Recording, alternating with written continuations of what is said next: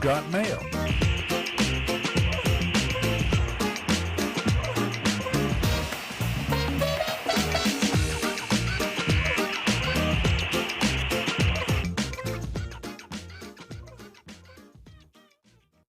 Good morning, everybody. You're tuned to Computers 2K now on the Nissan Communications Network. I'm Amnon, your host for the next couple hours, along with Katie. Good morning. Good morning. And Gal is here. Good morning. Good morning. Good morning. Good morning. And Spence is here. Good morning, and we're seeing Katie coming from her industrial lair with all the stuff working in the background Yeah.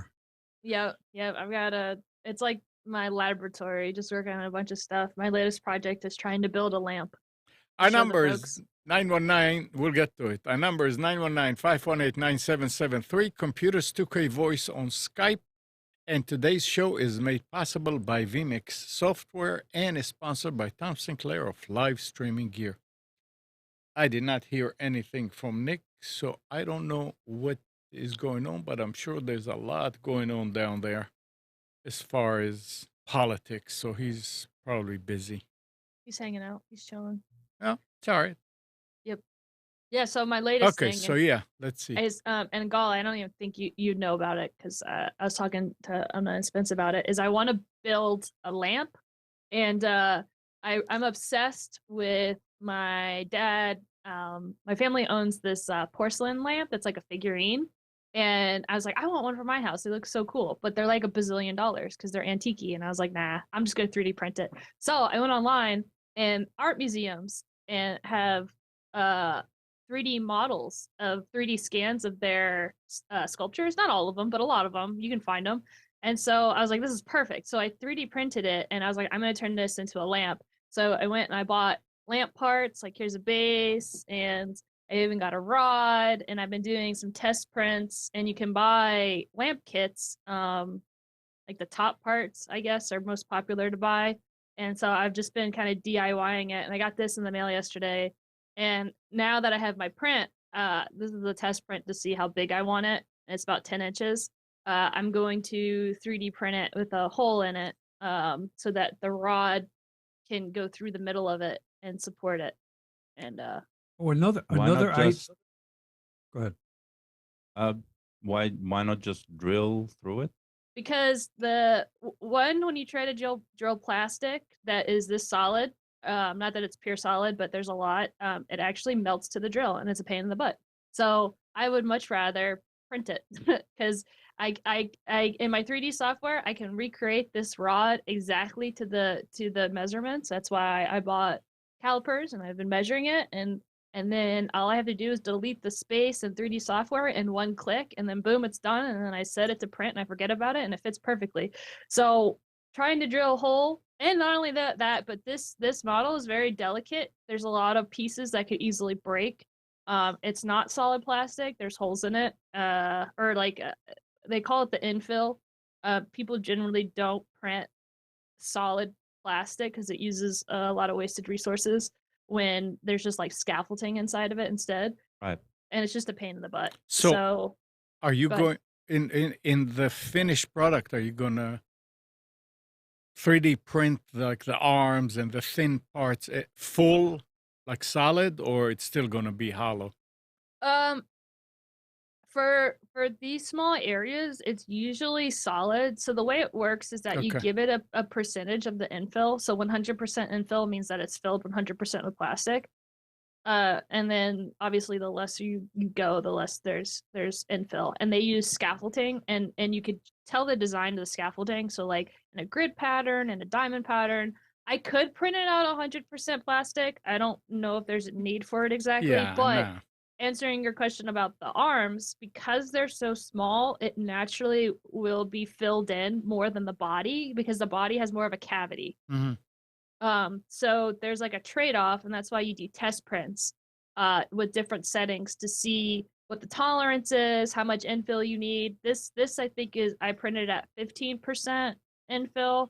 My book nooks I usually print at 5% infill because they're not like load bearing, and they really don't need that much infill. They're just gonna sit on a shelf. And I raised the infill on this so that the arms and stuff are less delicate. And I would have gone higher on the infill if the material was weaker. This material is PETG, which is PETG. I guess it's called PETG, which is a very sturdy plastic. And when I print it, I have to print it at 250 degrees Celsius, whereas the PLA, you can print it between 200 and 220 degrees Celsius because it's not as intense. So with all of those combinations, that's why I've been doing a bunch of test prints. And this was a test print.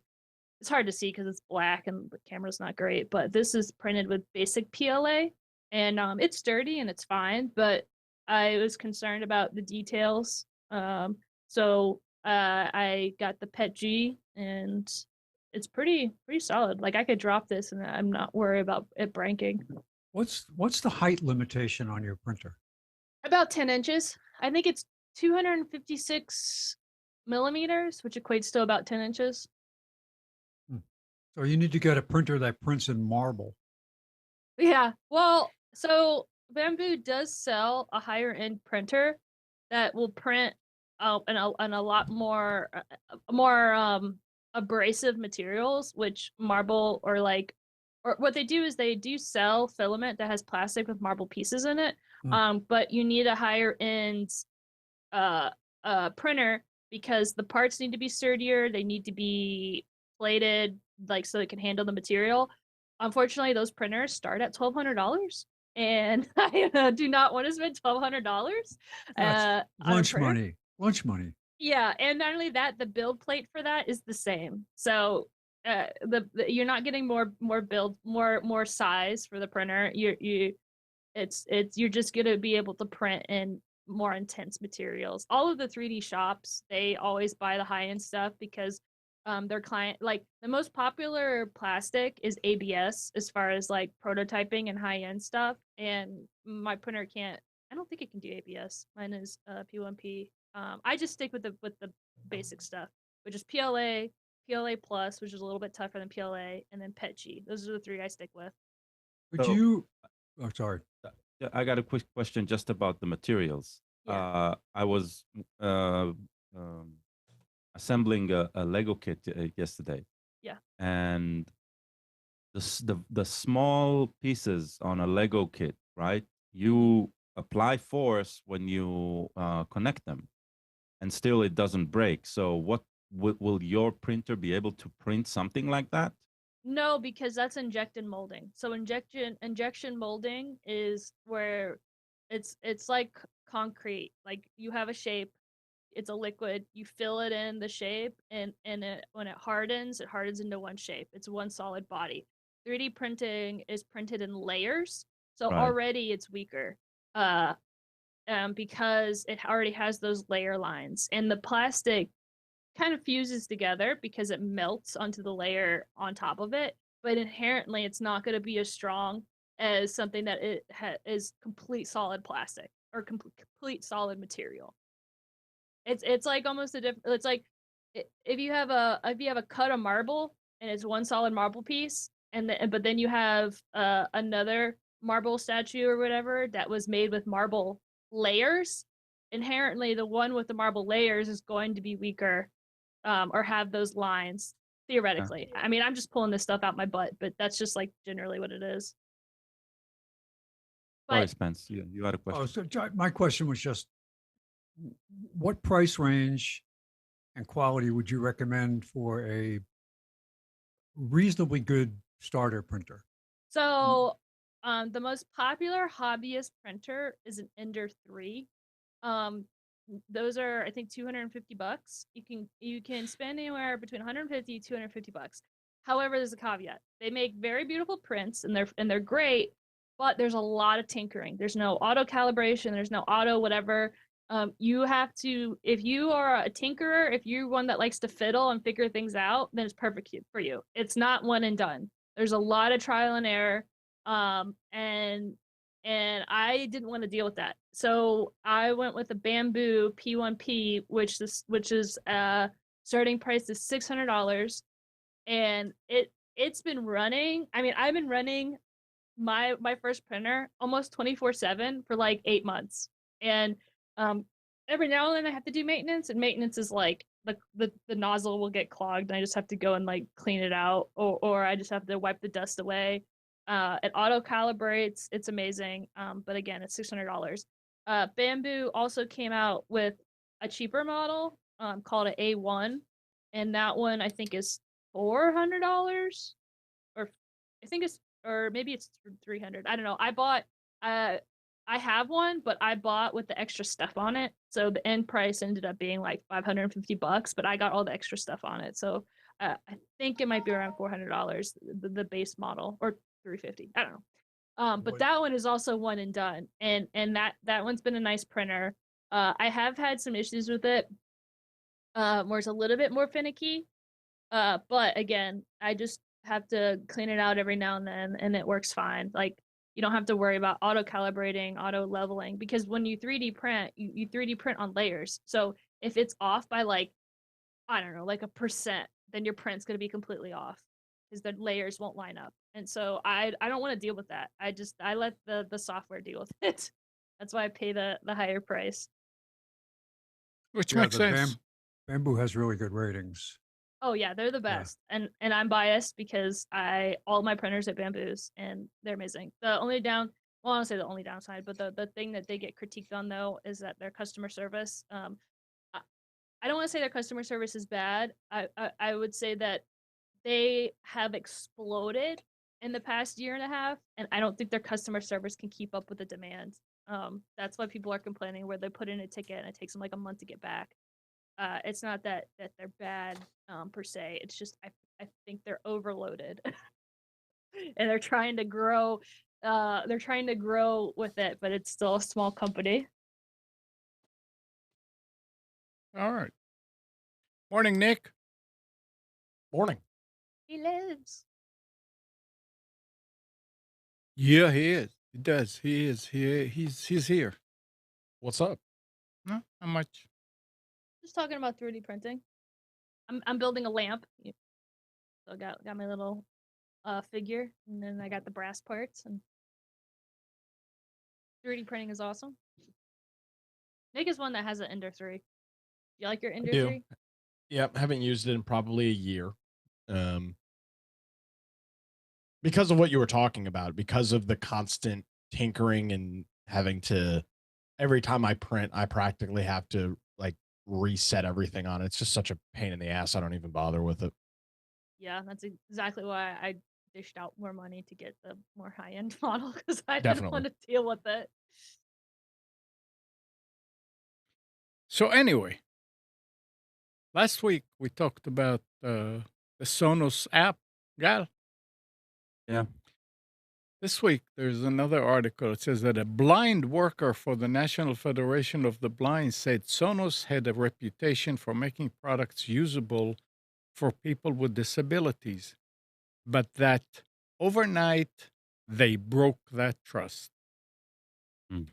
They are not only angry customers about the latest update to Sonos wireless speaker system. The newspaper notes that nonprofit worker Charles Knight is among the Sonos diehards who are furious at the new app that crippled their option to stream music, listen to an album all the way through, or set a morning alarm clock. There's apparently I don't think so. First of all, I'm with them because I completely understand where they're coming from, but I don't think that it's completely it's not there. It's just they move things around, and I'm guessing they didn't make the application in any way accessibility friendly, right? It's like they were either rushing or whatever. The original app was confusing in and of itself because the system is, it doesn't work like other, it doesn't work like a standard media player because it's designed to consume from all of these sources, right? Um, think think of it. They came up with a way. So Sonos speakers, right? They're not speakers. They're a sound system. What does that mean? Why is that important? The speaker itself contains some sort of computer that you control with an app on your phone. Okay, and the computer, what it does, it needs to log into your streaming service, right, and consume the content directly. So if you want to play something from YouTube Music, you need Sonos to support YouTube Music. If you want to stream something from Spotify, you need Sonos to support it. So they've worked with either on their own or with these streaming services, and they built in, and they have hundreds of streaming services integrated. So if you compare this, let's say for um, an Echo device from Amazon, uh, it supports way more options. Okay, uh, the thing is, it's not there's no natural UI for this. They came up with this concept back when they started as a Kickstarter, and now they've decided to whatever their users have been used to. They decided to jumble everything around, and I'm guessing they what they thought was smart is just annoying everybody because it's a huge change. So somebody with a disability, right? If they change something in order for it to make sense visually, it probably means it doesn't make sense for a visual impaired person, right? And so I get totally where they're coming from. I think where they got everything wrong was they forced the change instead of allowing a transitional process, right? Instead of introducing, hey, we got this new look, right? We're planning to roll it on in the next, I don't know, 3 months. If you want to test it now and give us feedback, right? This is your chance. They didn't do that. I've never gotten an option to do that even weeks before. So yeah, I'm with everybody who's pissed off They because it's a chore now, right? You have something, you're used to it, it works, and now they changed everything they about do it. what Windows does, what Microsoft does. Well, everybody does it. I mean, in a way, Apple does it, Microsoft does it, Google does it. There are those who do it a lot more and a lot more abrasive. It's just Sonos is this. They were like getting awards on their design, and their user fan base was pretty much religious, right? About their products, and this is a slap in the face. And I agree. If Apple with their market share right now, right, comes up with a new OS, their next OS, and decides that everything changes, right?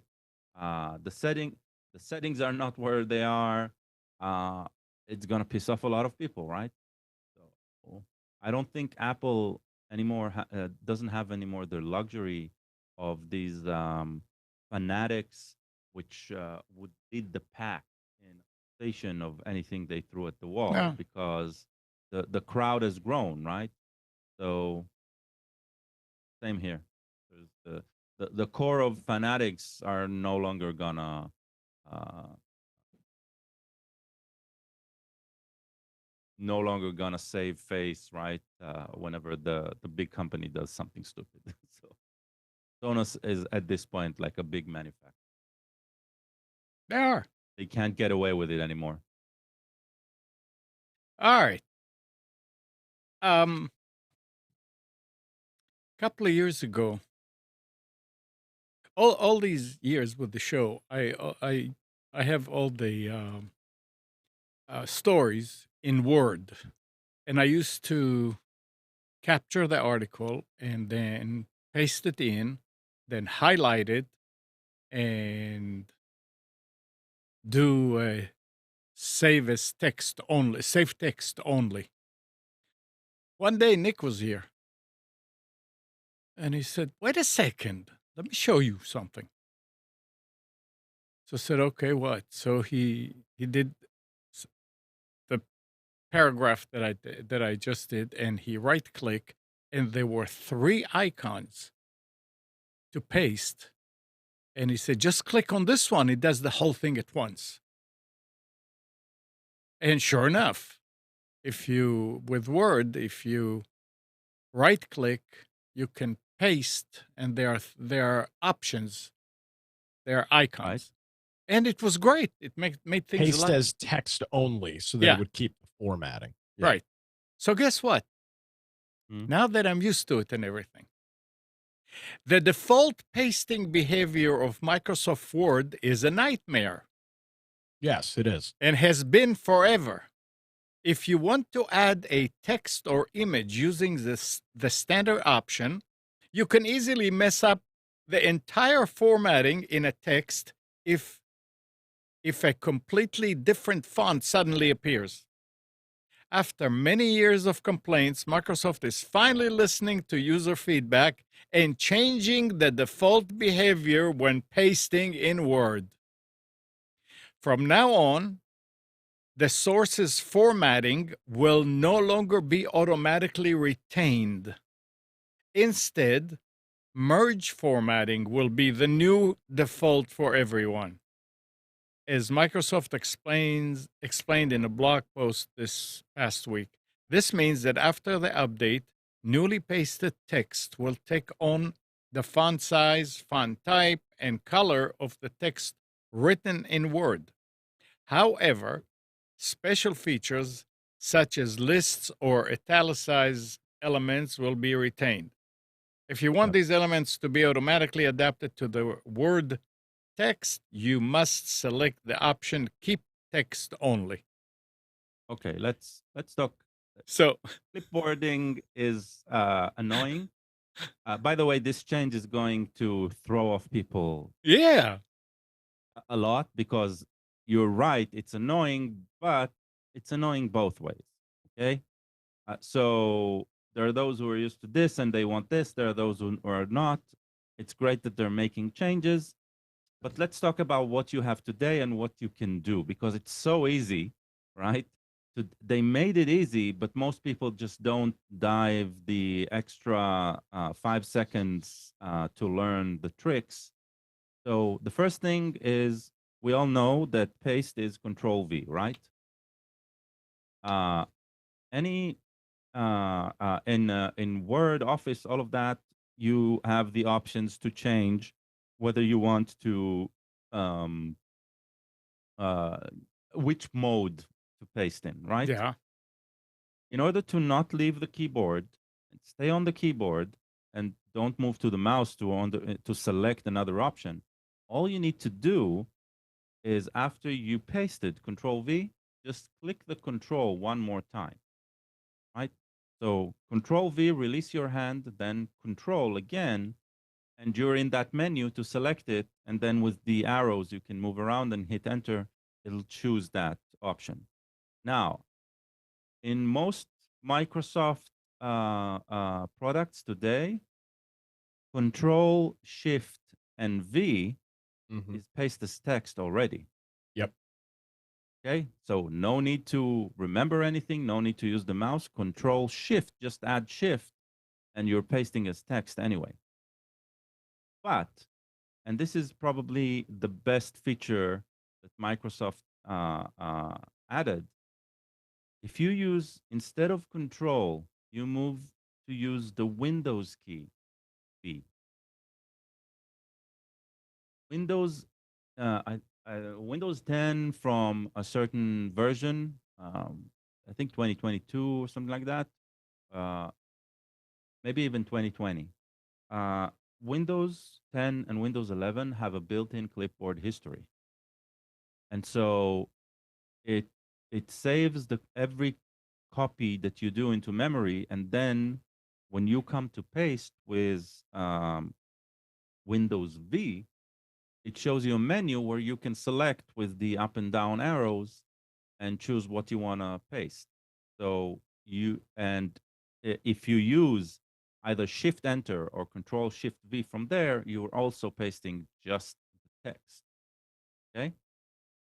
So let's run through this process again. Windows V shows you a clipboard history manager. Okay, and it allows you to use. You can paste things in sequence, and then you can go over to the document that you want to paste, and you can use Windows V in order to just paste them. Okay, so the regular Control C or Control Insert that you use to copy, that'll work the same way, only to paste instead of Control V, Windows V. That's number one. Okay, that's my number one tip. If you learned something today, I would love it to be this, because a clipboard managed history is phenomenal. Okay, it's a game changer in the way in your workflow. It's a huge time saver. Next, pasting as text in most application, at least at Microsoft application, but in most application, Control Shift V, that is paste as text. Okay, no need to hunt for an option. Now, if you did a regular Control V and you got the text or whatever jumbled up, if you're on Word, Excel, PowerPoint, Outlook, all of those, just hit Control, right? And you get the menu to choose the option, and you can move either with the you can use the mouse, but you can use the arrow keys, the left right arrow keys as well. Okay, so Well, I that find you know, these I use these daily. you So know that sounds to me this is complicated. It's a whole lot. Wait. It's a whole lot easier for me to go on onto the source, highlight it. I have to highlight it. I use the mouse. Then go over to the Word document, just right click and click on the icon. I mean, it's that simple. I don't have to go. Now you're talking about Control Shift V. hold on. How do you? That's because you use the mouse to copy and paste. That's fine, Correct. right? That's all fine. But you do use Control C and Control V, right? Very seldom, only in Unix. Yeah, so if you're only using the mouse, I guess Yeah. it doesn't make any difference. Yeah. But if you're using Control C, Control V, Control Shift V works, as Gal said, in most there's a couple of applications I use that don't use it, and it's so damn frustrating. But in So most things, it does. The way around it is using the Windows V and Shift Yeah. Enter, The clipboard, yeah, clipboard helper. because it dumps it into just regular plain text, removes all the formatting. Yeah, it's the only thing I'm worried about is now I'm going to have to look and see, is this still going to be available? Can I right click and just click that icon like I'm used to? Yeah. Or Yeah. did they move it? I don't know. No, they're just switching the order. Well, They're not changing that part. Look, that part was a good addition, and they only got praise for that, right? Is it confusing? Yes, but it was confusing to start with, right? It's just this small icon that shows up there. Nobody ever complained about that icon because that was an improvement in the work process. But the real time saver, right, is in the is shortcuts. using the keyboard. You're talking Is about always using the shortcuts. well, it's not a shortcut. It It's a is. It's keyboard It's using the shortcut. command through the. It's not a shortcut because if you think about it, it started there. It's not. You're doing the long way using the mouse, right? But in all essence, right? While you do use the mouse to mark, that is one hand, right? Your other hand can still be on the keyboard with Control C and Control V, right? So it's just about practice. Yeah. The minute you start using the keyboard, right, you don't go back. You stay in the keyboard. So Yeah. Well, that's my recommendation. it's what I guess it's what you used to. I mean, I use the mouse, and the other hand is not on the keyboard. It's supporting my head. So Anyway, it's going to be interesting when it does the update. But you're not going to have access to this update. Why? What version of Word are you using? 2019 or Yeah, this is going to be for Office 365. Oh, well, that was not mentioned here. That's interesting. Well, I mean, it's Okay. only going to be the most recent, bro. I Okay. can't imagine they're going to. Yeah, but they still have the perpetual license. We'll see. I mean, no, Alan it's not the usually gets license. It's a updates. matter of updates he's talking No, about. Yeah, well, they Alan update the usually gets feature. Yeah. I would doubt. Well, do you get updates for Word 2019? It doesn't tell you, so I don't look. I mean, I think it let it does do with the Windows updates. updates. I don't know. To tell Interesting. you the truth, I have no idea. But talking about updates, and Bill is in the chat. Bill called Friday, I think it was, and said, "I'm having a problem with the computer. My Outlook disappeared." So I said, "Yep, bring it over." He brought his laptop, and I'm looking, and sure enough, I mean, I do see Outlook in the list of apps. This is Windows 11. I do see Outlook. I click on it. Nothing is happening. Absolutely nothing. I go to Task Manager. Outlook is not there. So I said, "So it's not there. So what's going on?" So I said, "Okay, let's see if I can click on the what is the file, the big file that Word is keeping, with all the emails and stuff. The OST file. OST. yeah, the PST file, OST, PST. PST. I'm looking, it's not there. I said, what is happening here? So I said, okay, let me go and look if there's something in that was deleted and it's in the recycle bin. No, it's empty. So I go to the user. Instead of going to documents, which was empty, by the way, I go to see Windows, users, and Bill, and all the folders are empty. I said, okay, that only means that it may have just started putting stuff on OneDrive again, even though we did away with it. I go on OneDrive and I see some files, yeah.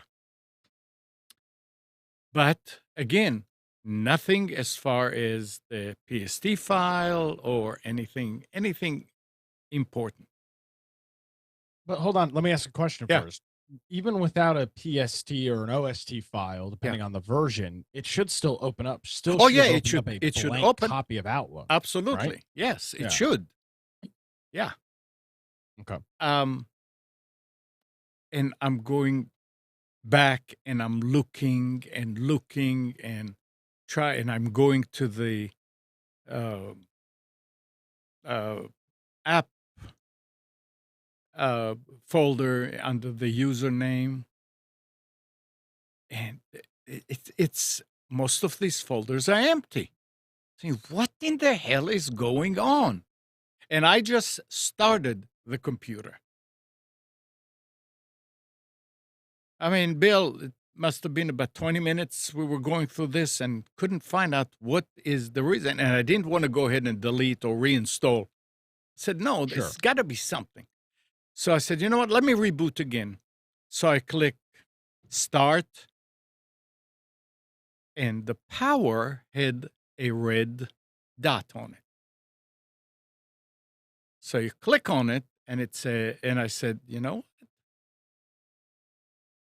he said that he Run the told him updates. that he needs to update, and he says, no, don't, and he just shut it down. So when I started the computer again, it did not do the update. When I restarted, it came and said, setting up Windows and going through the whole thing. And when it So came up, updates were installed. huh? No, updates were already installed. Yeah, they were half-ass installed. Yeah, Yep. they just needed to But it did complete not the tell him to cycle. do that. It said, Well, yes and no. That dot means the same thing. no, I understand, but I Yeah. mean, I didn't catch that dot in beginning either. It's Yeah, something but that, that just you, means there was a notification and somebody well, disregarded. after restarting, everything was there everything was back to normal. Now, he shut it down. Why, when I started the computer with the switch, it did not finish it, just like, I mean, It normally, did finish. huh? No, so there's two parts for the restart and update. Right, Okay. One is I've installed a bunch of updates. right. Okay. And there are some files that needs replacement. And those files are right now, they're used by the system. Drivers, Yeah, services, correct. processes. After restart, this is like a simple install that tells you must restart. After a restart, those will be updated. Okay, you Right? see, A that's, regular restart. It yeah. has nothing to do with apply new updates or not. No, but you don't understand what I'm saying. Restart. What does restart does? It shuts it Restart does down exactly and that. starts it. Well, it What's takes the care of a bunch of things that it has in a queue as well. right? So when you shut it down, How? and then by saying no, just shut down. Or do you just push the button? And Well, wait no, for it? push the button is a different story. That can corrupt a lot of things. No, I'm talking about doing it from the. How was it shut But down? he no, he does it. It told him, do you want? You need to. Uh, you need to restart in order to. Right? But it also had the option of no, just shut down. And he Right. was bringing the computer over, so he said, no, just shut down. So he shut it down gracefully. When I started it, why doesn't Windows look at this and say, oh, I've got stuff to If do? you would have done another shutdown, it would have done it. It the same did. way. Absolutely. It did. Oh, another shutdown. Maybe. I don't know. Yeah. I did the restart. So, So a bunch of things I think happened. uh, When he did the shutdown, right? Windows got into a state where you started it. One of the things it runs in the background is Windows updates, right?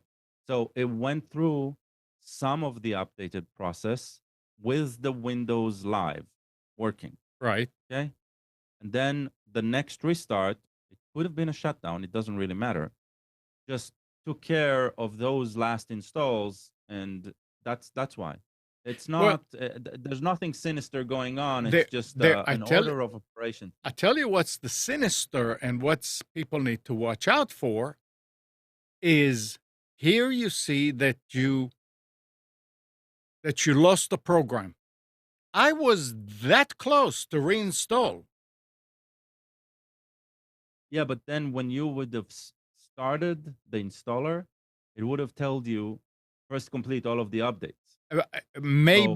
Maybe, and I don't know what else it would have done. It would have been It wouldn't have done anything. I mean, worst case scenario, it overwrites the current version of Well- Outlook with the exact same version. Well, I we mean, hope it's not we, like you were. It's not like you were. we hope that it would have. I mean, Well, yeah, but that's Amnon, all. the That's all. rabbit That's all hole it you would have went- done. Yeah, but keep in mind the rabbit hole you went into is because you gave it too much thought. right? okay. Think about it, right? You wouldn't have gotten into this rabbit hole if you would have done what the system told you to do. It told you to update, and you told it not to. It Oh. gave you a prompt to update. You told it not to, right? So Wait, think wait, about it. wait. The system. Yeah, but remember, this is a two steps. I was never told to do update. I was never even. I Yeah, didn't but see a mention. Amnon. He did, and he brought the computer because he had a problem. So right away, you're looking where is the problem. You don't think. My point is, when something like this happen, we need to think about hold on. updates. Hold on. Yeah. Of course. but we always, that's the first thing we look. How Well, updated is the system? obviously not. I did not. Uh, See? you're also not using the keyboard when you copy paste. Yeah. So shame on you. Well, and here's the other thing too. Depending on the update, some updates shut down, or some updates, excuse me, restart, Right. and then turn back on, and then you can shut it down again. Correct. Is there not a possibility that he did the first part of the update, thought it was done, and shut the lid? I mean, it sounds like the update it's very possible, Bill. 'cause You're listening. To me, what it sounds like is that the update process was stalled at some point, and that could have been because he watched the first part of the update get to 100%, the screen goes black, you close it before it has a chance to actually restart. Yes, that I couldn't say whether or not this happened. And Bill, and if that's the case, Windows is not going to Yeah. prompt you that there's an update available because you technically stopped one prematurely. Yeah. That's what I'm saying. Very- There's very- a million different things that can cause an update cycle to get kind of hung, and it would make sense if he's using the most recent version of Outlook and Office yes. that those updates are installed through the Windows Updater, not through any sort of separate. There's no Right. in-app updater. It's done through Windows Update. Not to trigger anybody, but when my computer freezes, I push the button to shut it down. Well, When if it's it completely freezes- frozen, that's your Freezes, only yeah. option. Oh, okay, good. Because I not that I do it all the time, but every time it freezes, I'll open up the task manager to like cancel Does it whatever. freeze that often? Oh, That's what I was hold on, gonna hold ask. on. You open up the task manager. So does it freeze or not? Yeah. Well, so what will happen is usually it's with Firefox because I have to switch to something else because Firefox has been freezing my computer like crazy. Too many And- plugins. I don't I really have right that now many. have I don't- 300 tabs open on Firefox, and there's no problem. Most of them are dormant. There's ways of managing this. So I it's don't- definitely not Firefox. Well, I don't have a ton of plugins. I literally only have like 3 or 4. Katie, but the point here is if you could do Control-Alt-Delete and go to the task manager. No, I know. Let me finish. So what happens is that the browser gets frozen and I can't click on anything. So I'm like, okay, I'll close Firefox, but then I can't close Firefox. So I open up the task manager and then everything freezes. And I can't click on task manager. I can't click on anything. I can open. Okay. Sometimes I can open and close. Not open. I can go down to the bottom of the bar and then click on something, and sometimes it'll open up, but it just like freezes. So then I had to shut everything down. Okay, so first of all, your problem isn't Firefox. Firefox is just displaying the symptom. If this is happening often, like more than once a week, right? Yeah. Then what I would recommend is just make your task manager start in the background on startup, or just remember to start it next time. Have it always open, because once it's open, it does not need to request special access from the system in order to, and have it open with show all processes, right? Because Uh-huh. it'll ask for the prompt. Okay, once you have that, the next time you have a slowdown, you should be able to use it and see what is hogging the system. In your specific case, I would look for memory hogs. One of them will be Firefox, but others, there's probably an other tasks there that are also consuming a lot of memory. And another would be disk activity. Get high disk activity from something. Yeah, then I that's, know exactly what it is. It's my video editing because After Effects and Photoshop, they put stuff on the disk, and every, I don't know, like hour, 2 hours, I'm working on a project, I have to clear the disk space. Are you rendering things in the background when it's crashing? Not all the time. Okay, 'cause yeah. I then mean, if you're 'cause- keeping Photoshop and some sort of linear video editor open in the background the entire time, that's absolutely yeah, sucking down all your memory. Yeah, no question no, about it. I mean, I'm not worried about it because I know that it's Adobe, and it just they just suck up memory like crazy. Well, it makes sense. I mean, they're trying to keep, depending on the resolution of the project you're working on, 1080p or 4K video in cache so that playback is Exactly. is That's is why I clear. have to just restart my machine. But wait a every now and second, then. Katie. I've got another question. How long did you wait for it before the longest that you wait before you actually turned it off? I don't know. I wait like maybe I don't Because know, it may 10, it 30 seconds. yeah, you see, it may be that there's something going on in the background that is making it look like it's frozen. But like you said, sometimes it'll bring something up, but then you can close it. And I have very little patience with it I because understand. That's this is exactly why I'm this asking you this this has question. been a problem for a while, but Yeah. my solution is just to restart it and then I clear out the cache and it's fine. And then when it freezes Yeah, again, I because just whatever process that was there that was doing all this, yeah, this is what I think got. I 100% think it's all the software I use because I have 3D I usually have 3D software open. Yeah, Not that but I'm actively you using. got a pretty powerful computer. I How do, much but RAM do you have? I upgraded it to 32 RAM. The thing that's cutting me off though, or the thing that is filling up is my hard drive space. It's I've got 2 hard drives and they're both almost full at 500 gigs. And just to give you an idea with After Mm. Effects, when I'm working on my videos, I give it 100 or technically 98 gigs of space for its memory stuff. And that's not even the render of the video. That's like what you said, so that it can play back faster when I'm editing. And that will fill up. And then I have to go in there and clean it up. And So Okay. what I would guess is, so one of the things that programs like After Effects, well, a little less Photoshop, more After Effects, unless you're working on insanely large projects, is it's constantly swapping things back and forth yeah, between the disk and RAM.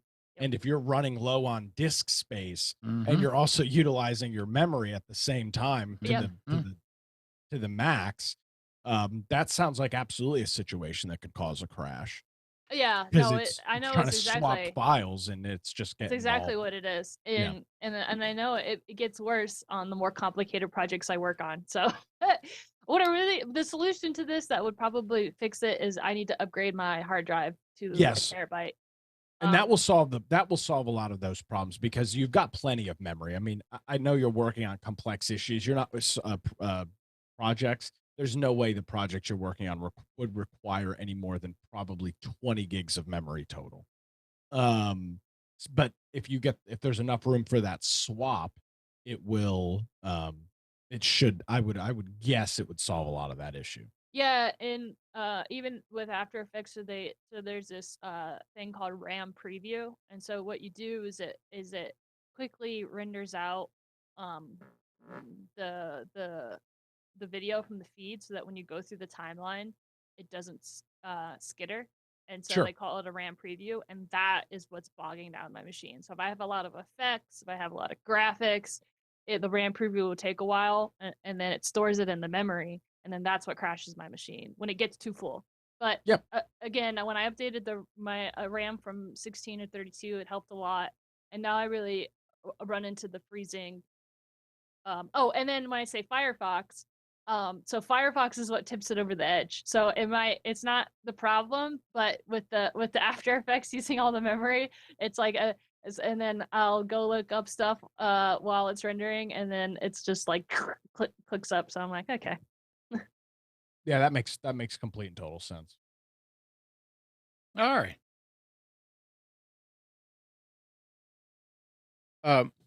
Nick, I don't reckon you have specials, right? No, and I've got to Okay, run here in a couple that's fine. minutes. So here is something that happened this week with Amazon. Last uh, last week, the week before last, Kathy's car air conditioner stopped working, and I'm looking at the compressor, and you can tell when the compressor is working or not working, and it was spinning.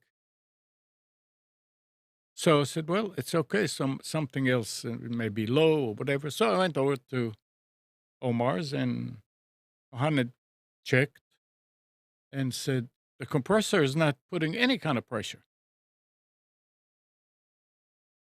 So I said, well, let's put some Freon. So he put a little bit.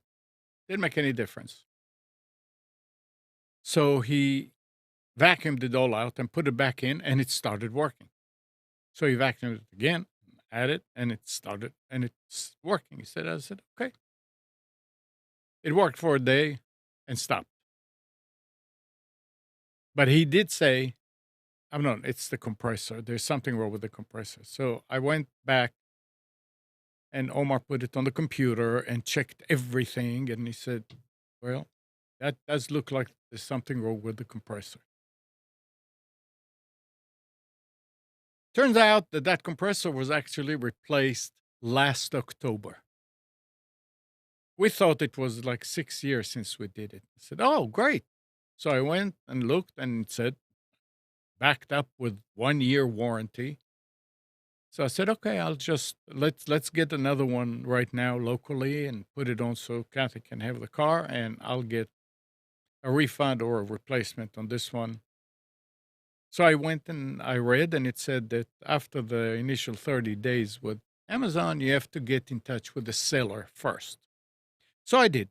I wrote and I said, okay, this was bought back in October. It worked, but it just stopped, and the shop is saying the compressor is bad. I need either a refund or a replacement. Sent You it, said you and bought this off Amazon? yeah. Okay. So I got a pop up back that said that if you don't hear from the seller by the 10th, get back with us and we'll handle it for you. I said, okay, no problem. At this point, car is cooling and she's happy. So by the 12th, I said, oh, I didn't hear from them. So I called Amazon and went, told, I mean, she could find my email. I couldn't find it until she told me where to look. I said, I know I sent an email. She said, yeah, I see that you did.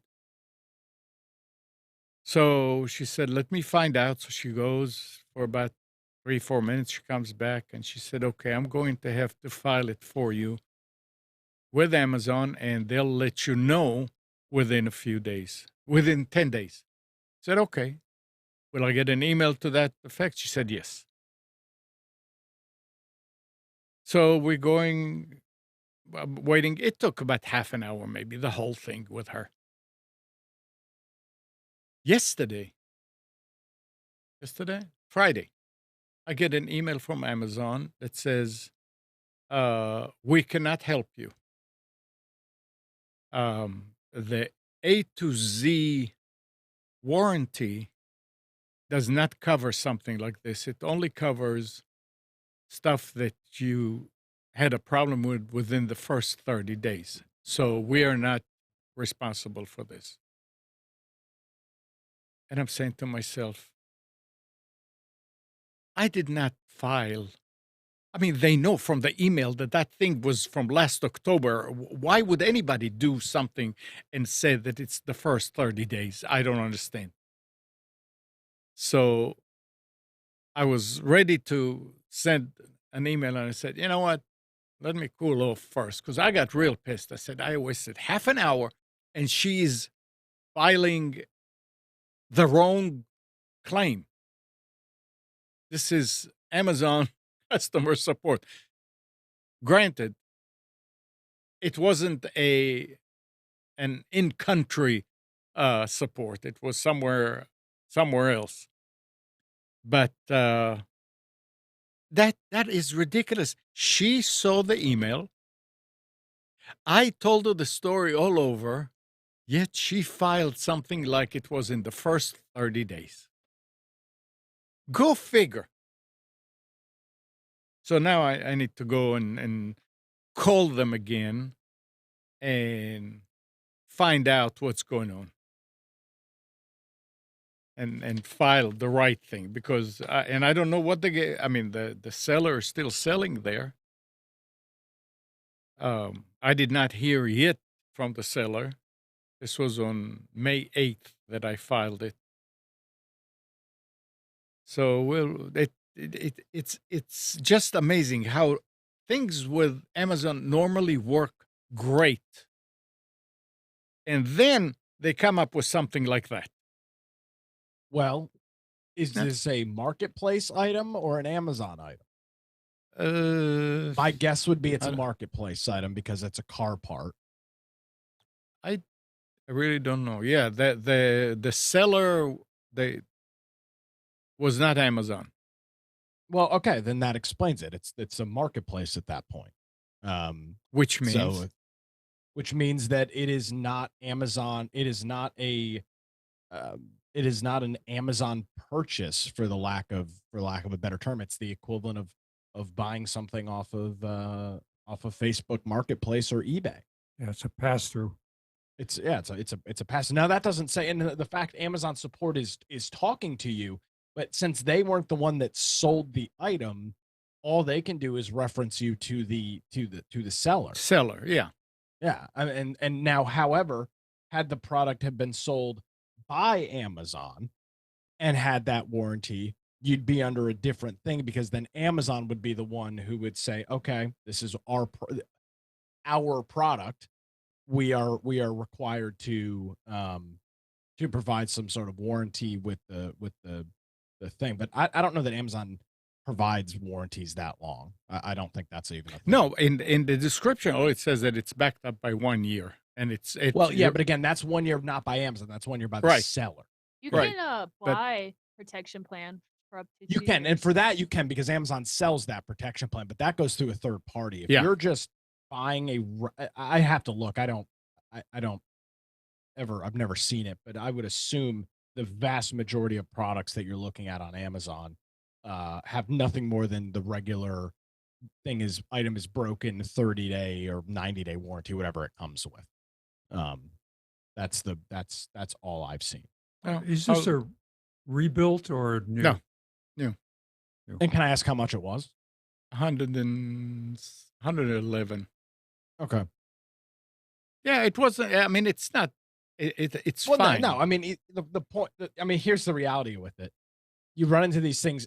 Had you bought this elsewhere, you probably would have spent what, double or triple the price. I bought it locally. I mean, Omar got it from WorldPack, and it was 187 Okay. So I mean, with so, 2 year that's- 2 year warranty, and which you'll they're- probably actually get. And I Yeah, would say this yeah. to people. I mean, if you're buying something that you are really needing if you're buying a part that or something that you are really needing a warranty on, I would argue Amazon's probably not the best place to buy it I agree. because of that fact. I mean, if you buy something from a Rock Auto and it's got a 2-year warranty, you can be sure as hell guaranteed that Rock Auto is going to back that warranty up. I kind of Um, use Rock Auto all the time, but what I sometimes do is use Rock Auto to shop because they have a great tool. Then I'll Yes. go and I'll find out. Now, I got burned several times with fuel pumps that I bought cheap on Amazon, lasted 3 months, and I had to drop the gas tank again to replace it, right? So now I buy Denso, which is the original equipment stuff for a lot of Japanese vehicles. I don't buy anything else. I say I won't buy anything else. So yeah, it's fool me once, shame on No. them. Fool me twice, shame on me. and Nick, you brought up eBay. You said it's just like you buy off on eBay. eBay is all pass through. They don't sell anything. That's not true. I don't think eBay sells anything. They do. They have specifically actually eBay Motors is a Okay. thing where they're actually storing. They But- actually have the products in stock. You're right. It's not as big. A vast majority of the Yeah. eBay purchases are pass through. And they cover it. They absolutely have have- stuff now. I guess they have a different policy because they cover it. I never had a problem with eBay saying that's not ours. It's Well, and you. I think it's a different relationship Yes, with the it's sellers. right. Exactly. eBay is a lot more, somehow, surprisingly, they're a lot more strict with their sellers than Amazon is. I mean, any jackass can create an Amazon seller account and start selling stuff on there. You know, like the And it's obvious. trailer hitch that I bought. That No. never showed up. Canceled it, got a refund from Amazon, and then 2 days later, it's on my porch. And it was some seller in Brooklyn, New York, who was actually from some Eastern European former Soviet republic, and was actually buying return stuff from Amazon and reselling it as new. I had a situation. Yeah. I ordered a one of those water coolers. You know, the one you put the big 5-gallon jug in. Mhm. Oh yeah. Bought it off Amazon. Got a great deal on it. Loved the unit. It came, and then about 7 days later, another one showed up at my front door. I didn't cancel the first one. Another one showed up, so I flipped it on Facebook Marketplace and made $100. Yeah. Because again, but that's through Marketplace. That's not through Amazon. Yeah, so that's on the seller. Yeah, I and never, I mean- never really paid attention whether it's sold by Amazon or sold by. Most of the things It's that interesting. I would assume you're buying, Amnon, are probably not sold by Amazon. You're buying car parts, replacement part. Amazon is not stocking that stuff. You So know, I got a that's just question. kind of what it is. What qualifies as being sold from Amazon? Does that count as fulfillment? So if companies send their stuff to Yes. the fulfillment center, Yeah, Most that cases. and they stock it. Yeah, not all the time. They have So, started. yeah, they to do say- have some drop ship stuff. No, If no, you are wait, a wait, large- wait. Hold it. No, hold it a second. As far as stocking, they stock third party merchandise because Marshall sells his snoozies on Amazon. Mhm. It's sold by Snoozies, but he has to start to keep a huge amount of stock with them, and they charge him for the storage. But they make him, depending how much you sell, you have to keep that much in stock because the people want to have 2 days. They don't have time, I guess, to wait for him to send some because No, they that's not. I'm looking at this right now. I'm looking That's at a pair of fulfillment. Snoozies that says ships from Amazon. Now, sold by. Now, again, there's two things. There's sold by Amazon and shipped by Amazon, and then there's also fulfilled by Amazon. okay. They're not all the same.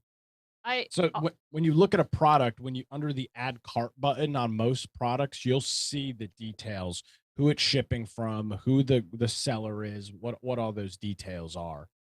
So Yeah, so that- so the bottom line is we should not just take it for granted. We need to look and see when you buy something that's expensive, for instance, more than just a couple of dollars, make sure that the warranty, I mean, because the seller does not have to fulfill the warranty. He doesn't have to stand behind it if they don't want to, let's put it this way.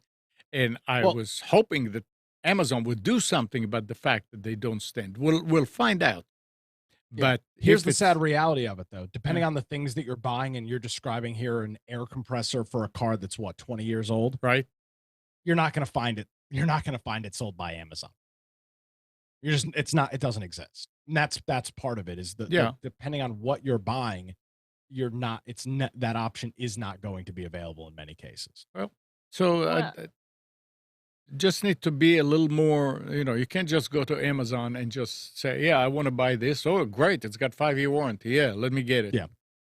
There's more that to note, it. I've got to run. I'm in Greensboro next weekend, so I'm not sure if I'll have time to jump on, but Okay. that's that. All Bye, right. Nick. All right, Thanks, Nick. see you guys. Take Have a care. good one. Travels. Bye. Bye. Bye. Talk to you. I want to segue before we get off this topic. Yeah. So TikTok has fulfillment centers, and as a TikTok shop owner, I got notified that I can send my product to them immediately. It got put on wait, or like they halted the program because they were asking for people to send in applications or whatever to sign up for it, and then it got flooded, and so they like took it down. They're like, okay, thanks everybody for your interest. We're gonna there's a lot of things we have to work out, but we will notify you when this back up. But it's interesting because when I think of fulfillment centers, I immediately think of Amazon. And with TikTok competing with Amazon, um, it's kind of exciting to get for me as a seller, but then also for me as a buyer, because not TikTok, Amazon has ruled as king as far as buying a product and getting it in 2 days. And if TikTok or a competitor can kind of compete with that locally, then that would be super awesome. So I'll keep y'all posted. I asked to get put on the list. I don't know if I'm gonna do the fulfillment center because I'm worried about the quality assurance. 3D prints, while they are sturdy, there is a possibility that if you drop it, it's gonna break. Right. And I have really high quality standards, and I'm just kind of worried about that. So And I'm interested, but tentative. and I really think that to if you were going to keep anything with them as stock, it's for stuff that is being sold every day, Yeah, not an occasional thing. yeah. That would if I would do the fulfillment center, that would be at the point where I'm going like full time Yeah, hardcore. right. And Yeah. I was even looking at Amazon stuff too, because there are some things that I can print in bulk and in mass that I could sell, like small kind of things. Uh, but anyways, it makes me excited. I really enjoyed working with TikTok as a partner. Even though I know all that controversy is happening around it, with it maybe getting banned and all that stuff. But as far as like a seller, it has been the easiest platform I have ever worked with. And they're very generous to their sellers right now. Like they're still covering my shipping fees. So whenever somebody buys something that's $35 or over, they cover the cost of the shipping. So Yeah, but that we still don't know what's going to happen with TikTok. I know. That's But one of the for now, problems. I'm gonna squeeze it for all it's Yeah, worth. that's fine. And I tell my friends who also sell online and they're hesitant about doing it. I'm like, look, that's a future problem. Yeah. So get as much money as you can from it right now, and then if something changes, you know, you can deal with it later. But right now, I'm just riding the wave. Which is fine. And there's a story, but that too. The head of Canada's Security Intelligence Service warned Canadians against using video app TikTok, saying data gleaned from its users is available to the government of China. This is coming from the Canadian Broadcasting Corporation News. And he's saying, my answer as director of the Canadian Security Intelligence Service is that there is a very clear strategy on the part of the government of China to be able to acquire personal information from anyone around the world. So this is Question. why How do he's they? Beware. We do What? not have access to the data. That's what I'm hearing. There's no proof. Beware. We do not have access. No. It doesn't even matter about the proof. What I hear is the Canadian government or the U.S. government saying, Yeah. take note, we do not have access to the data in this app, Yep. right? Maybe the Chinese government has it, and that is bad, right? But if we had access to it, that would be okay. Yeah, exactly. That's all they're saying, right? So I'm not for I'm not for the Chinese government meddling in this, right? Sorry, Katie, for talking over you. Just 1 second. It's No, it's you're fine. annoying the hell of me. So it's like there is one bad guy. It's okay for a commercial company, right, Yeah. to have so much access to it. We're not we have no problem with that, right? Let TikTok work. If they are on American soil or Canadian soil, we'll trust them. Yeah. But no, because they are elsewhere. I would get it if the government said, let's build a framework of what type of data, right, any company is allowed to collect, how to collect it, and how to keep it safe. What does it mean to keep it safe? How they are accountable for it? They are just throwing pasta at the wall, hoping it'll stick, right? They are saying, let's make the Chinese here the big bad, right? Now, I do not live in China, and I do not care about to protect the image of China in the world. I do not say that they are better or worse. I think they're a government. They're as bad as any other government when it comes, right, to controlling the impulse of oversight, right? I do not want any government to have this access, but truthfully, I don't want even TikTok to have access to the data that they're collecting Sure. about me. Yeah. But it does go hand in hand, right, with their business model, with their effectiveness in streaming content to you. Okay. I do not want YouTube to have the amount of data YouTube has about me. I do not want Google to have this. It's not about government. And the problem is that they're making the discussion about governments, right? And getting everybody frantic about it. The problem isn't the government. The problem is how do we control data? You said So exactly what I've been saying as far as like if they're going after TikTok about data, why aren't they going after Temu? Temu's got millions of people in the US that use it. They collect just as much data. Why Yep. don't they go after Shein? Like all of these other Chinese companies that are selling stuff in the US or just operating in the US, they're also collecting data. I mean, Amazon has the most data out of anybody in the world on people that use their product. It's not just the Amazon website.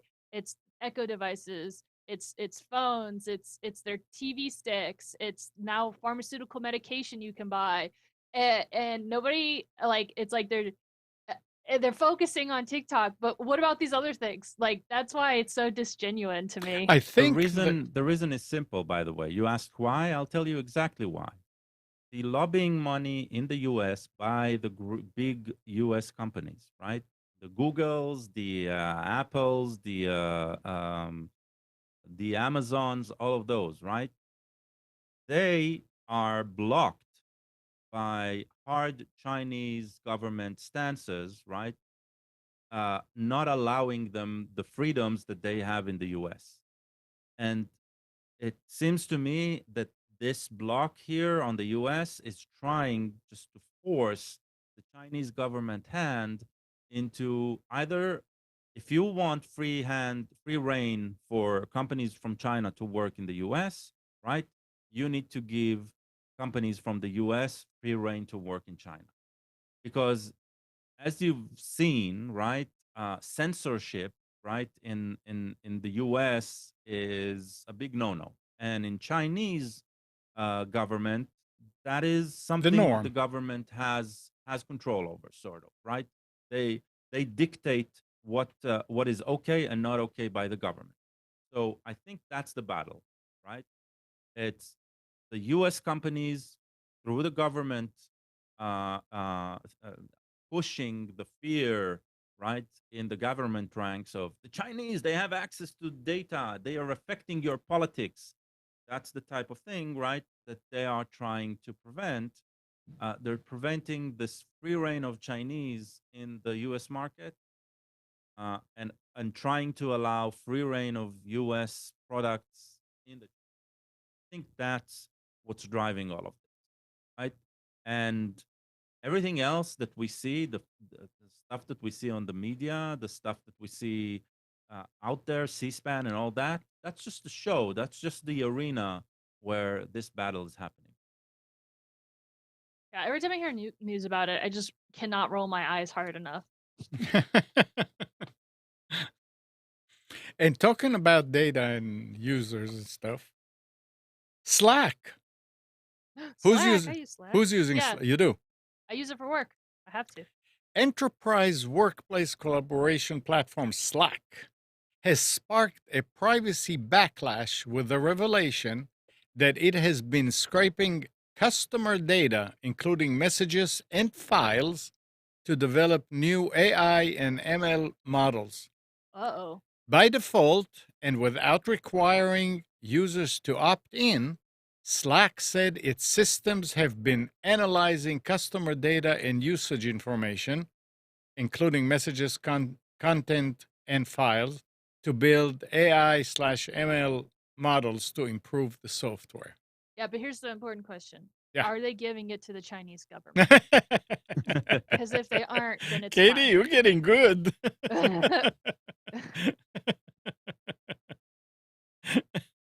I don't know. The thing my first thought is privacy with companies. We at my company we use Slack as a form of communication, and we share files and talk about company stuff that the company would not want out in the public per se. And it's like that debacle when what was it, IBM or some big tech company, they found out their employees were using Chat GPT and putting in company code that was proprietary, and then that was a big kerfuffle. In this instance, I don't know if there's any safeguards where if they have free reign to the Slack channel. I mean, like, we share graphics, we share information, we share.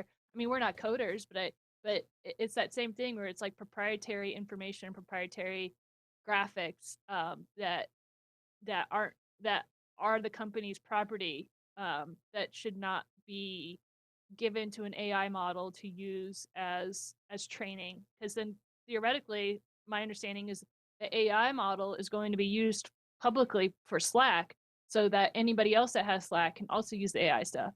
So if it's using companies' proprietary information to train it, then it's like passively having access to that information, Mhm.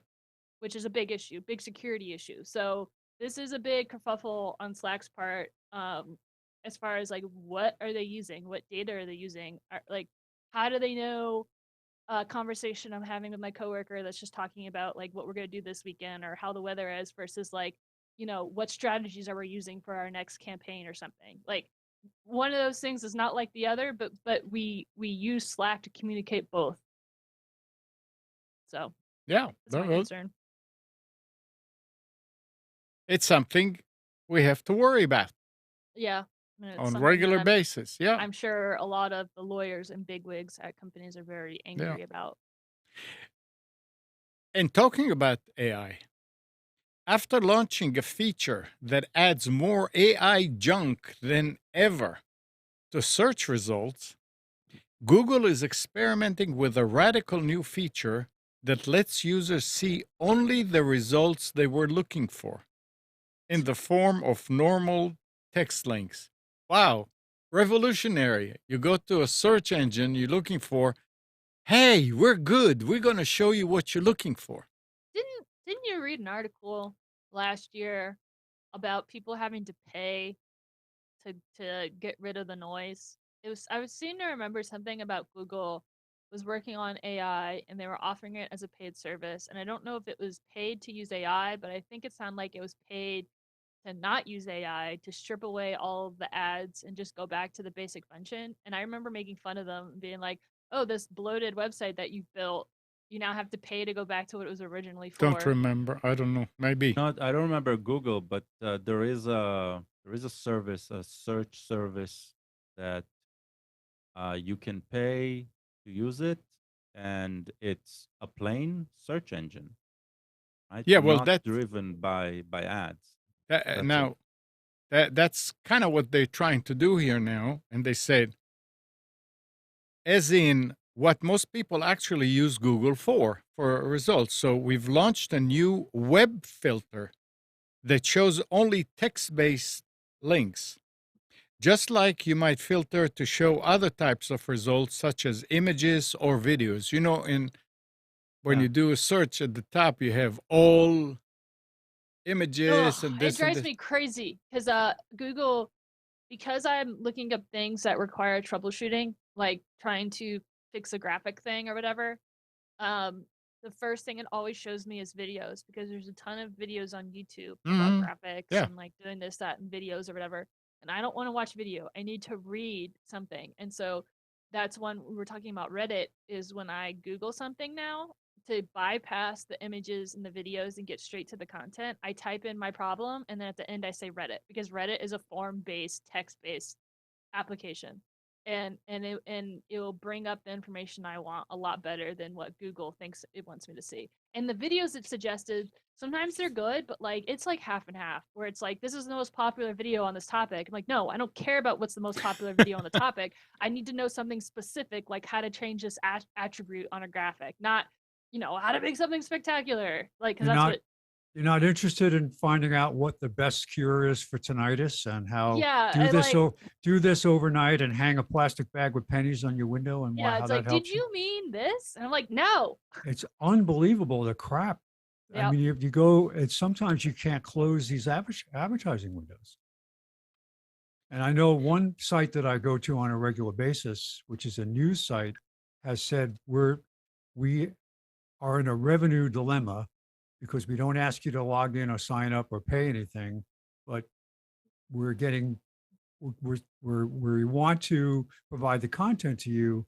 Are you willing to pay $1 a month and we'll put it into just text format? It's like, I would, but I'm already subscribed to so many things that probably you don't even know about Mhm. that there is one site in particular I subscribe to because it gives you access to their videos and they're very timely. Uh, and it's not expensive, which I thought was good. Plus I get to comment there, which I like to do because I like to have the forum. So the thing here is, if you, Katie, if you go now and search for something real quick on Google. Mhm. Oh, you want me to? Yeah. Okay. I'll get take off my gloves. Um.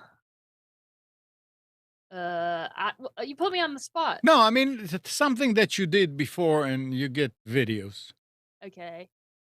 What is the best export for web Good. Yeah. videos? Stuff like that. Oh, maybe it knows me because it didn't show video. It pops up with text, Okay. and Now, then the first thing it pops up is Reddit. okay. Now, across Because I always say Reddit. now wait. Now take a Yeah. look. What, that line that says all news, images. Yep. Yeah, it's got videos, images, forums, shopping, Click on more. more, news, web, books, Web. maps, Web. web. What did it Okay. do? It looks like what Google used to be, where Yeah. there's just links to stuff. That's the thing. That's what they added, but they put it under the more. Ah, see, this is nice. Yeah. All is crazy. All is 'cause crazy. Yeah, There's definitely. so many. I mean, like, first thing I pop up is I'm assuming it's AI feature where it goes and it finds an article and just pulls out a snippet from the article. And the next thing is people also ask, and it has the questions asking about it, which is not relevant to what I want. Right. Then it has the first Reddit link, link, and that first link is what was the first link on the web. Just one link. And then it has discussions and forums where it's linked to other things that I could see more, and then another link, and then videos, and then a whole wall of videos. Yeah. It's so bloated. Yeah. So bloated. So I don't know if this is really, I mean, I don't do any searches. So I don't know if this is really a benefit, but that's why I was asking you to do I it. think it could be. I mean, I do a lot of searching. There's a lot of things I don't know.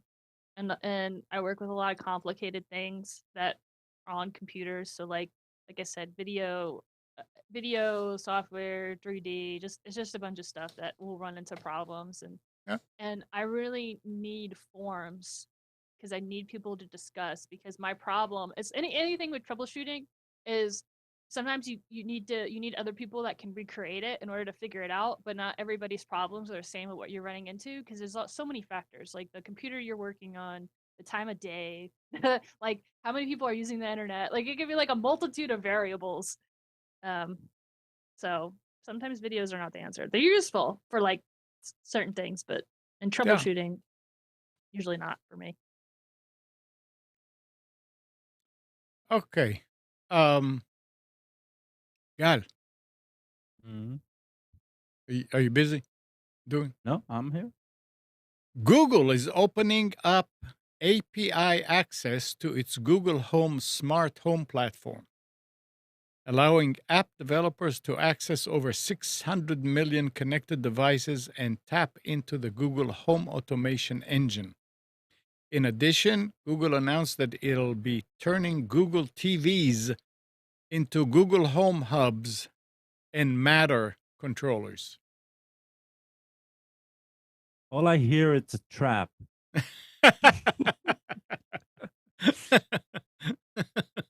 Is it so? It's a great. honeypot. Yeah, no, it's great, right? It's fantastic. Only 5 to 10 years from now, they'll start charging for those API access, right? Because it's still don't have going a to crystal rely ball. on their cloud platform or whatever. So phenomenal. It'll be a great thing for automation in general. It'll be a boost, but when the time comes where they want to cash in on it, right, we're all screwed. So No.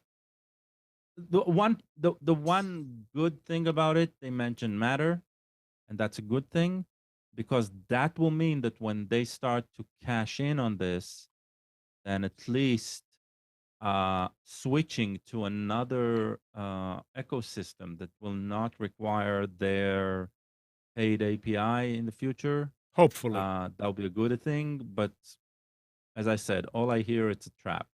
It's the trap of free drive space. It's the trap of unlimited photos. It's the same trap that they've set up again and again. They've been playing this long haul game for a long time, and it was always lucrative for them. So they'll do it again. That's Yeah. for sure. So does that mean that you would be okay with it if it was a paid service, like upfront? No, his problem is that it starts like this and then it becomes. No, that's what I'm saying. So If it it's was free, a paid service and the fee made a sustainable sense, right? Let's say they would start with $1 a month, right? Then I would say that would be a much better for the consumer, Yeah. right? Because what will happen is people will tiptoe into this. Yeah. When it's opening up and free. Look, there used to be a time where all of Google APIs were open and free, right? For example, Google Maps, the search engine, the image search engine, right? All of that. And what happened is there was a time where they said, okay, no longer open and free. They changed it to closed and free. That means you had to create an account, you had to create a set of identifying features, basically, and and so we got to the point where if we want to create a cool, neat app online, something that'll show a map from Google Maps, right, which used to be completely free, now Google is charging. Now, I do not blame them for charging. But what happened before is there was this influx of innovation. It was terrific, but they ripped it out because if there's no money to make from a cool new feature of displaying something on a map, right, then nobody will be able to do anything with it. Hmm. And if you're now starting to charge me, I wouldn't have been.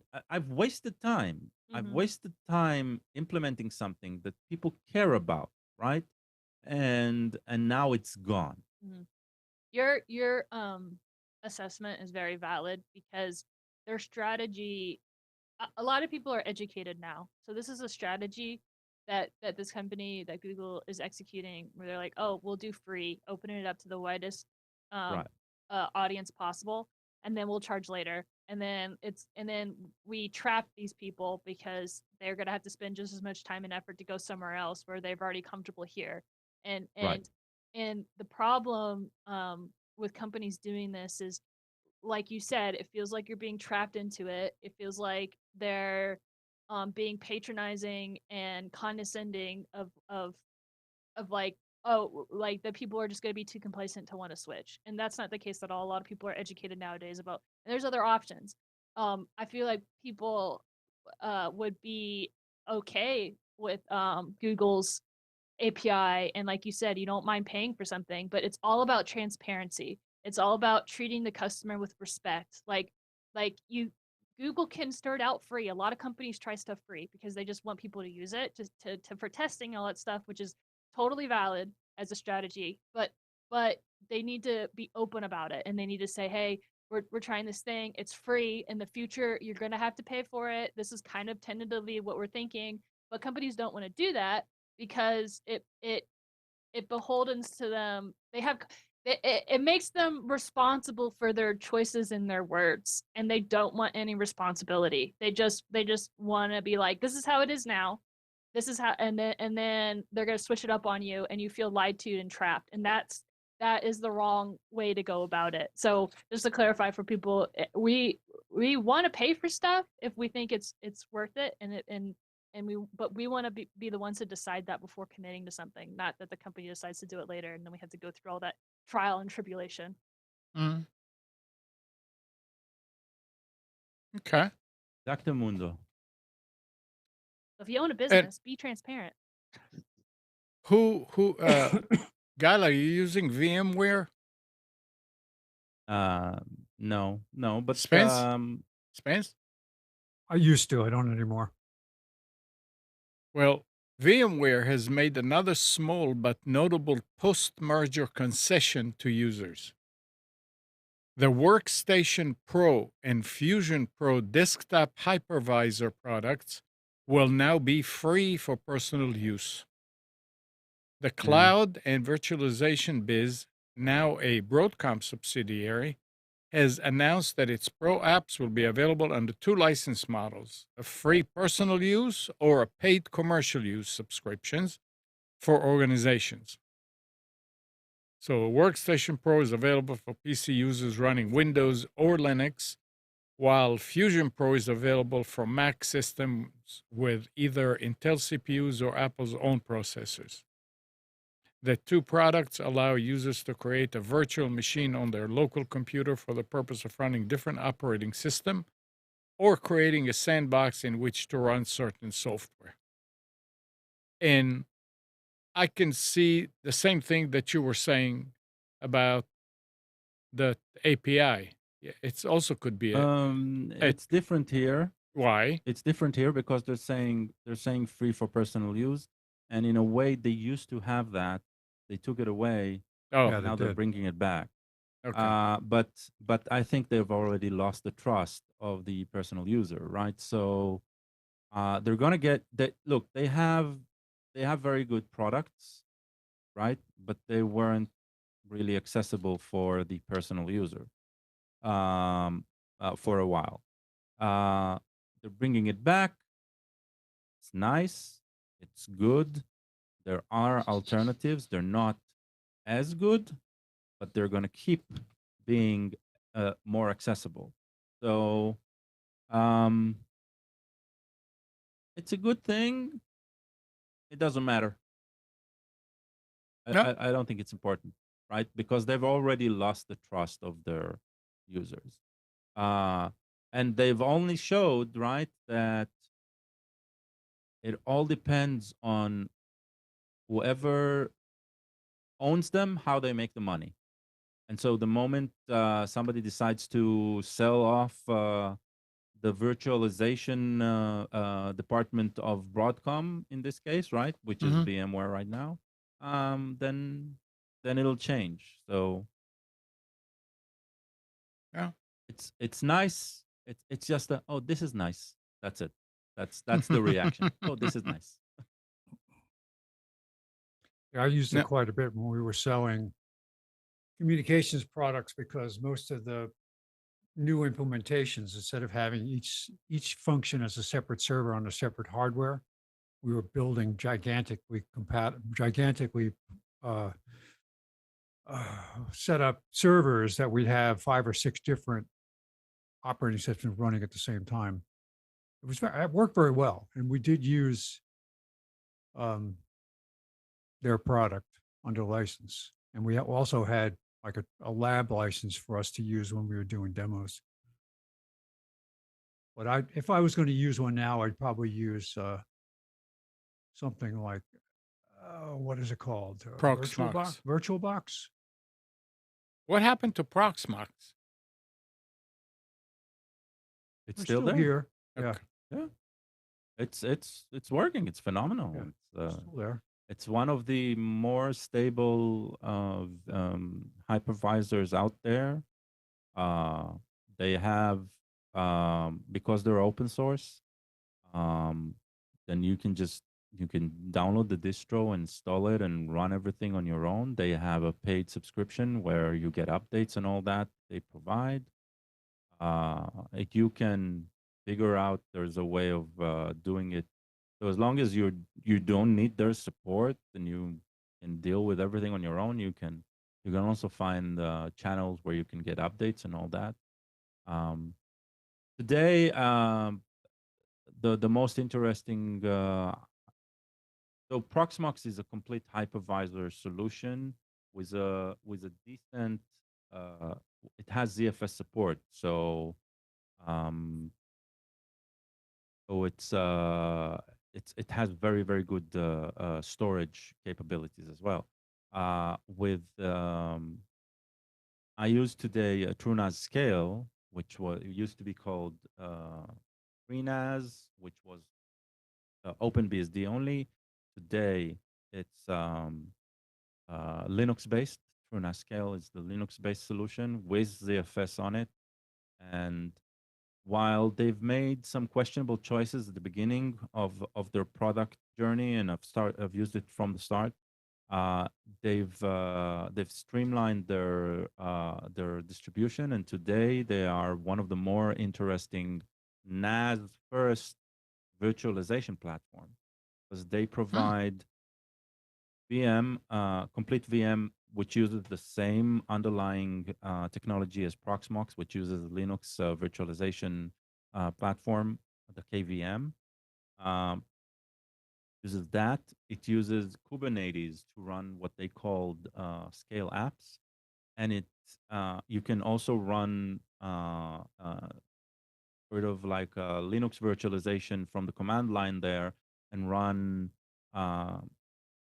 something akin to Linux containers in Proxmox. So you have all of that with a solid, sturdy NAS system.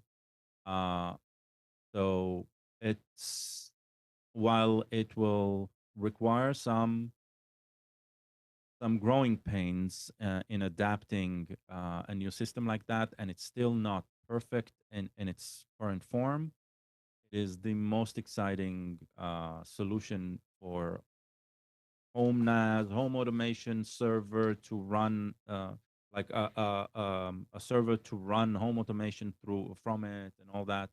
It is probably the best solution out there. So Proxmox is awesome.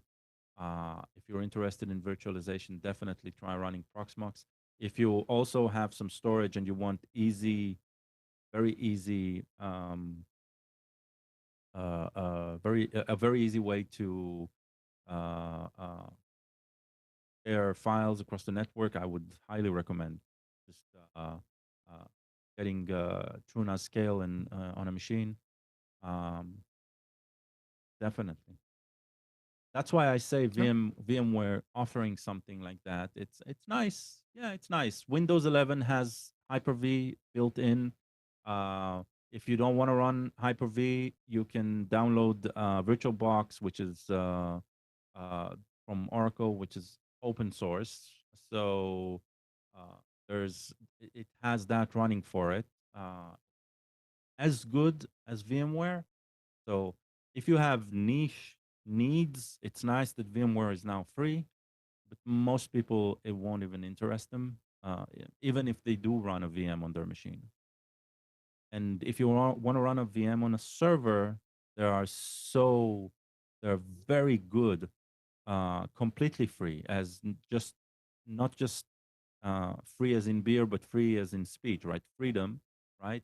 Um, Systems out there that They they can would do be it. the Yeah. preferred choice. Yeah.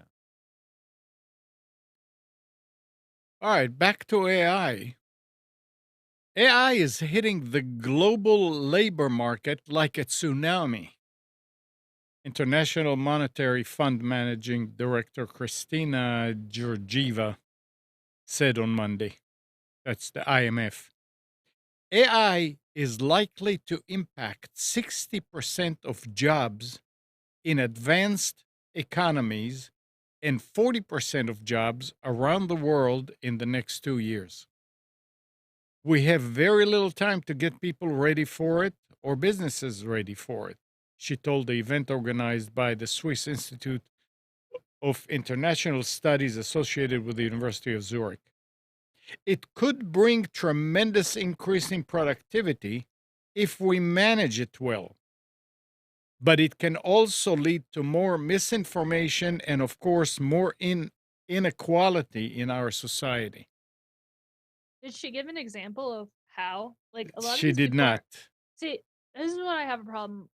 I'm not saying I disagree with what she's saying, but what I don't like is that people are just making broad Yeah. statements and Yeah. they're not giving analysis. Like they're not I'm giving sure examples. I'm sure that there was maybe analysis, but it wasn't available in that article. Yeah. I yeah. But Um, I I just mean, when people she's the IMF managing director. I mean, it's not a small person. yeah. Like, you know, she's So I'm more or less, let me rephrase my statement. I am commenting on the lack of evidence that the article is providing. Not to say that she Mhm. didn't provide it, but again, when people hear these things, it's borderline clickbait. Like, because all the article said was this official person um in this international thing said that 60% of the jobs are going to be replaced by AI. That is, if you boil down that article, that's it. And there was no, the article, the people that wrote it didn't further her statement. I'm sure she had a follow-up conversation or like more stuff added, but the article only focused on the thing that was going to get Yeah, the most amount of eyeballs and reaction on it. So of course. This what I'm is saying is that people need to be careful when they read stuff. absolutely, and that's true about any of those articles that I'm reading here. Yeah, that's why I They don't want all to come after. I yeah, don't want to come after her. I want to come after the quote unquote writer or the yeah, reporter because they're just getting the views. They're just trying to get eyeballs on the sure, article. sure. What else is new? I don't know. That's all they do. Um, And then we talk about it. return to office mandates. This is an interesting also. It's some of the most powerful tech companies like Apple, Microsoft, and SpaceX were followed by a spike in departures among the most senior, Yeah. tough to replace talent, according to a case study published last week by researchers at the University of Chicago and the University of Michigan. Researchers drew on resume data from people data labs to understand the impact that forced returns to office had on employee tenure and the movement of workers between companies. What they found was a strong correlation between the departures of senior level employees and the implementation of a mandate, suggesting that these policies had a negative effect on the tenure and seniority of their respective workforce. Mm-hmm. High-ranking employees stayed several months less than they might have without the mandate, the research suggests. And in many cases, they went to work for direct competitors. Mhm. We're I thinking about just people that, your average worker that didn't like that. Hey, I want to stay home with the kids and blah, blah, blah. But they said that mostly it affected the higher yeah. Well, Of it course, it positions. makes affected only those who had money. Come on. yeah. Yeah. And Yeah. it makes sense. These a lot of these people have moved to different areas, maybe to be closer to family. I know that's a common theme where like they move out to where these big companies are based. A lot of them are based in California. I'm thinking like Google and Apple and stuff. And then the pandemic hit and they're like, "Oh, let's move back to be with our grandparents or be Right. with our kids or whatever. We could still work from home." And they did that for a few years. And then when the company's like, "Hey, you got to come back into the office," they're like, "Do we really want to move again?" Like, I don't know. And they made that decision to not. I mean, it's valid. If I was in the similar situation, I'd probably do that too. Think about if you were a commuter, and I used to have a 2.5 hour commute each way at one point in my life. My gosh. Not doing that and then being told you had to go back to it again. Yeah. I probably couldn't have done it back in the day when I did it because I didn't have enough money to do it. But oh gosh, I would choose it in a second. And then also too, as an employee, if I was being forced to come into the office, I would question why. Why am I needed in the office? What has my performance? Has it suffered being remote? Am I underperforming? Is coming into the office going to all of a sudden increase productivity or increase something? Like, what is the value for coming in? And if the answer is less or the same, then I'm gonna choose to stay home. Believe it or not, in some cases, it's because they have real estate that's going unused Exactly. that Yeah, that's what they I was gonna can't get out say. of the lease. I mean, that's what I've been reading more and more articles about how uh, there is an impending crisis in the commercial real estate market because of loans that are coming due. That the typical commercial building loan, somewhere like 5 to 7 years, that they'll pay off a building, and if it's not fully utilized or sold, or you're paying rent on a space you're not using, people want to get out of that. But if they can't, then they got to make it worth it to have people in the building. Yep. Nortel used to pay, literally had a work from home program way before other companies did, 15 years ago, where they would set up your office with furniture. They pay for everything. And you would they get you a printer. I mean, they give you Wow. monitors, everything you needed to work from home. And they calculated that it saved $9,000 a year per employee to have them work from home. Wow. That's awesome. And that's when they were growing so fast, they had to acquire properties. They just didn't have space for everybody. So you had a lot of drop-in spaces, and I used to work when I was a manager, I'd work 2 days a week. I'd go and work from a drop-in space just so I was there so I could meet with employees. But yeah, I mean, think about it. It's just so many things that we were put up with now that we're saying, wait a second, I don't have to. Yeah. Mhm. All right. And Western Digital has unveiled a new 6 terabyte external hard drive. These are 2.5-inch form factor. The first new capacity point for this hard drive form factor in about 7 years. There is a catch, though. The HDD is slow and will unlikely fit into any mobile PCs. So it looks like it will be exclusively serve. It looks like it will exclusively serve portable and specialized storage products. It is thicker than a 2.5-inch, your average 2.5-inch drive that goes in laptops. The other downside is it's liquid cooled. You have to have a big radiator sitting on top of it. No, they give you a Computer. 5-gallon. You have an ice cube tray. You have to keep Yeah. putting ice cubes in. But 6 terabyte. I mean, nice.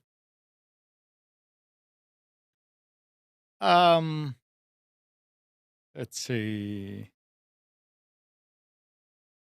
This it's ended kind of like on a on a light note, 2 university students discovered a security flaw in over a million internet-connected laundry machines operated by CSC ServiceWorks, allowing users to avoid payment and add unlimited funds to their accounts. The students from University of California at Santa Cruz reported the vulnerability to the company, a major laundry service provider, in January, but claimed it remains unpatched. And what they did is they added $1 million to an Big- account, Go and big or the go way home. and the way that the writer of this article said that, and it accepted it just like $1 million for student laundry was an acceptable number.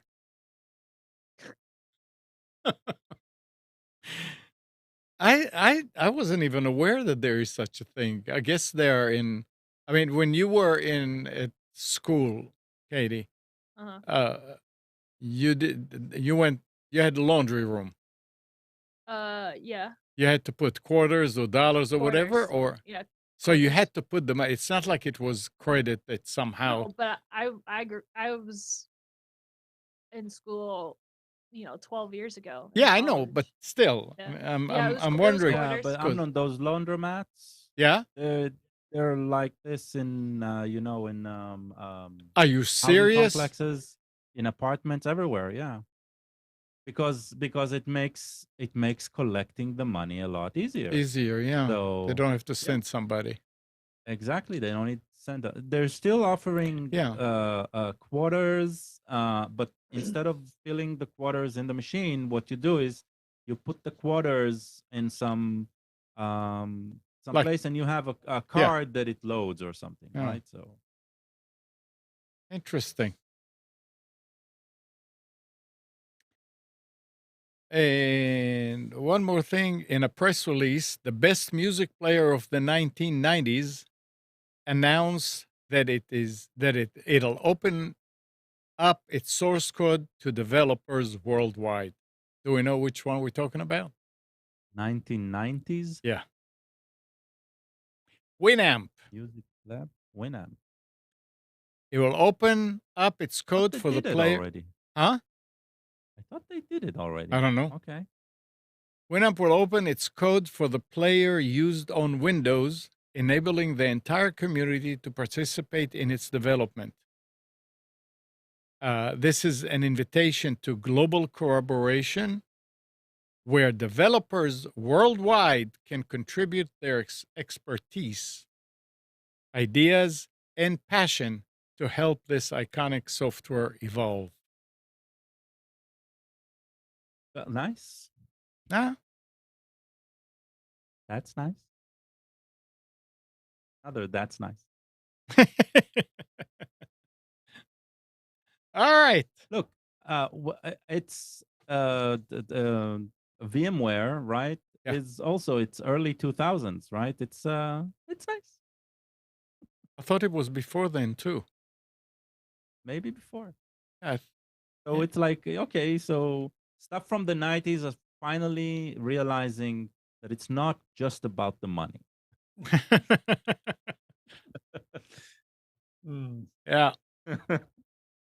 All right. That's it for today. It's this time of day. Anybody wants to add anything? I start my classes on Monday. So Hey, I hey, will- hey. Yeah, my first class is the programming class. So I will keep y'all updated. So you're going to change your subscriptions to Hulu and all that to go with the cheap one Yeah, maybe. since you're a student? It's funny because I actually use my sister's a student and I use her Oh, student discount. Well, so I pay for it. So it's her login, but I pay for her Yeah. student discount. Yeah.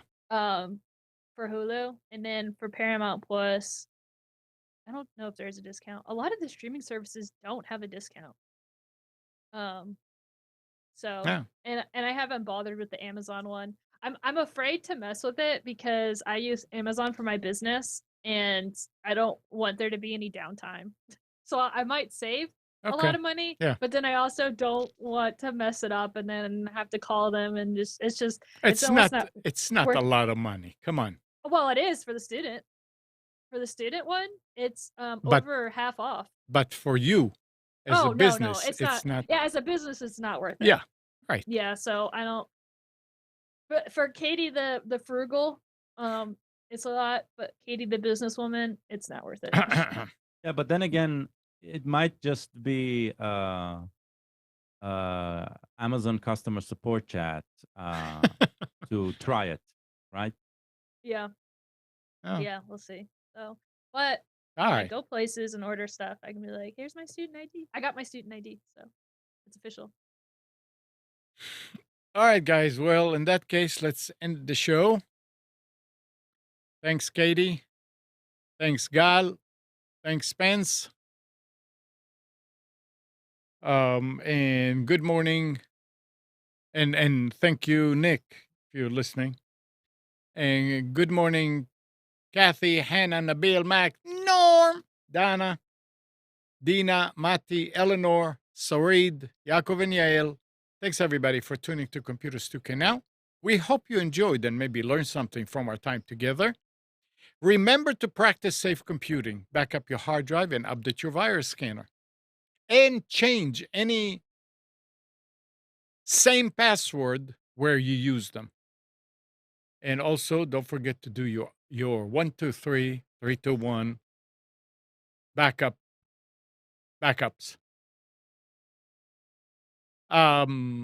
We'll be back here next Sunday at 9, but you can always reach us at computers2canada.com.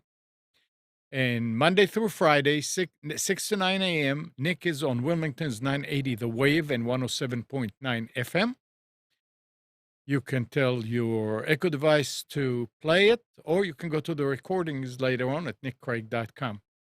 And Tuesday, 7 p.m., Nick and Brian do the Infection podcast on Twitch for gaming news and so forth. See you next week.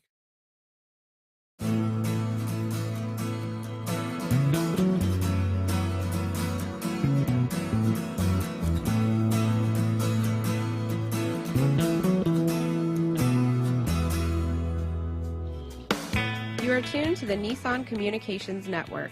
If you tuned in too late, you can always watch each program in its entirety or download an MP3 audio file of it in the archives section at nissancommunications.com.